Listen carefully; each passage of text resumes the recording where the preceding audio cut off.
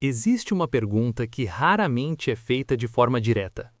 Se todo o dinheiro do mundo nasce dentro dos bancos, quem realmente controla a economia global?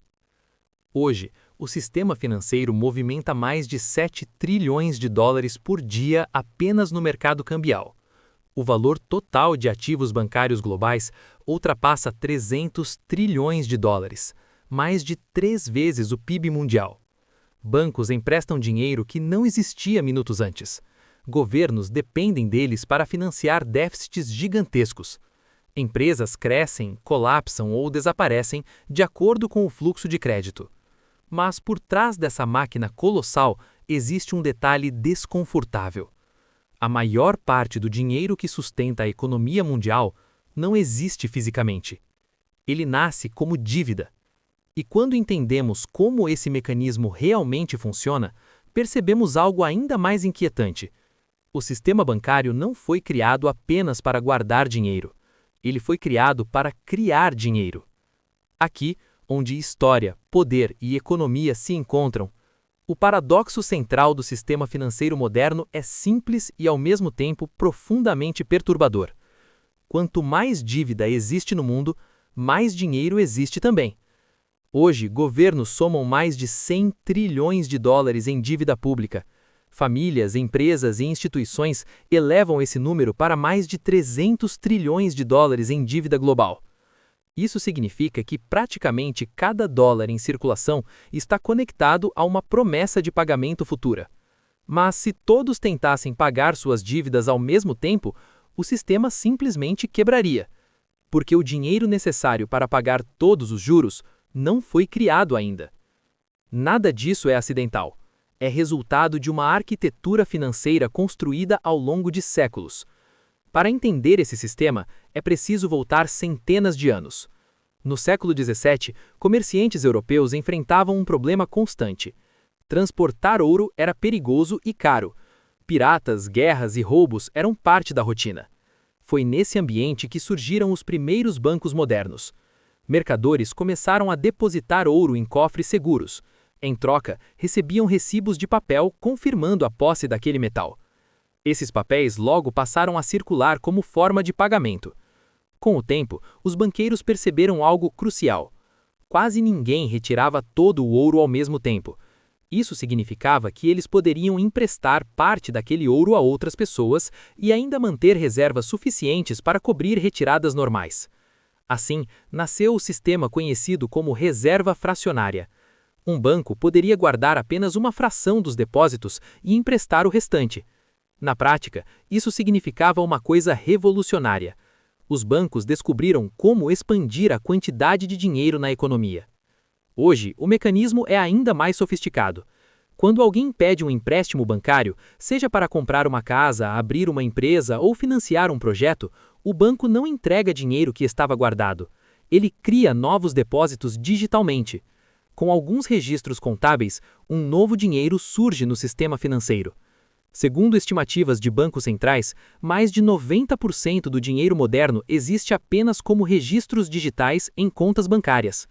Mas os bancos não operam sozinhos. Acima deles, existe uma camada ainda mais poderosa: os bancos centrais.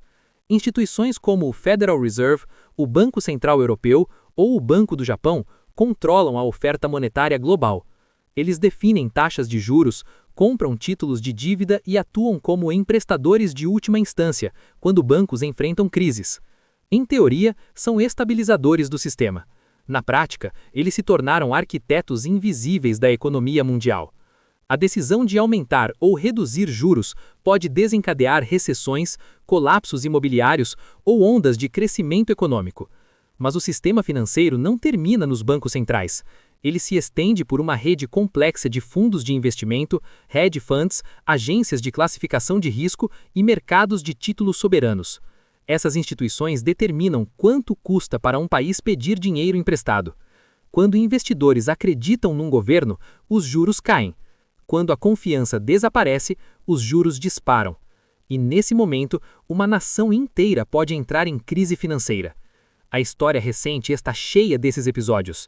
Em 2001, a Argentina declarou um dos maiores calotes soberanos da história. Em 2010, a crise da dívida grega quase destruiu a zona do euro. Em 2008, bancos gigantes como Lehman Brothers colapsaram, desencadeando a maior crise financeira desde a Grande Depressão. Cada uma dessas crises revelou o mesmo padrão. Quando a confiança desaparece, o sistema inteiro treme. Porque o sistema bancário global não funciona com base em dinheiro físico, ele funciona com base em confiança coletiva. Confiança de que os empréstimos serão pagos, confiança de que governos honrarão suas dívidas, confiança de que os bancos permanecerão solventes. Mas existe uma revelação ainda mais profunda por trás dessa estrutura. O sistema nunca foi desenhado para que todas as dívidas fossem quitadas. Se isso acontecesse, a maior parte do dinheiro simplesmente desapareceria. Porque o dinheiro moderno nasce da dívida. Sem dívida, não existe expansão monetária.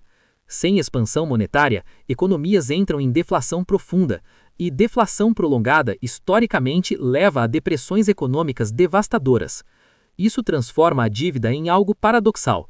Ela é ao mesmo tempo o motor da economia e sua maior fragilidade. Enquanto o sistema continua girando, riqueza é criada, empresas crescem e mercados se expandem. Mas quando a engrenagem trava, as consequências são brutais. Desemprego em massa, colapso de mercados, resgates financeiros financiados por governos e, quase sempre, uma transferência silenciosa de poder econômico. Porque crises financeiras raramente afetam todos da mesma forma. Durante colapsos, ativos são vendidos a preços mínimos, empresas quebram, governos privatizam recursos para pagar credores, e aqueles com capital disponível compram tudo por uma fração do valor original. Historicamente, crises não apenas destroem riqueza, elas redistribuem riqueza, e quase sempre para cima. Isso não é um erro do sistema, é uma consequência direta da forma como ele foi construído. No final, o sistema bancário global se sustenta sobre algo surpreendentemente intangível. Não ouro, não dinheiro físico, mas uma promessa coletiva de que dívidas serão honradas no futuro. Enquanto essa promessa for acreditada, o sistema continua funcionando. Mas se a confiança desaparecer, até mesmo os maiores impérios financeiros podem ruir em questão de dias. Porque no coração da economia moderna existe uma verdade simples. Dinheiro é confiança, dívida é promessa, e poder pertence àqueles que controlam ambos. Se isso te deu uma nova perspectiva, inscreva-se no meu canal. A história tem as respostas. Eu te mostro onde procurar.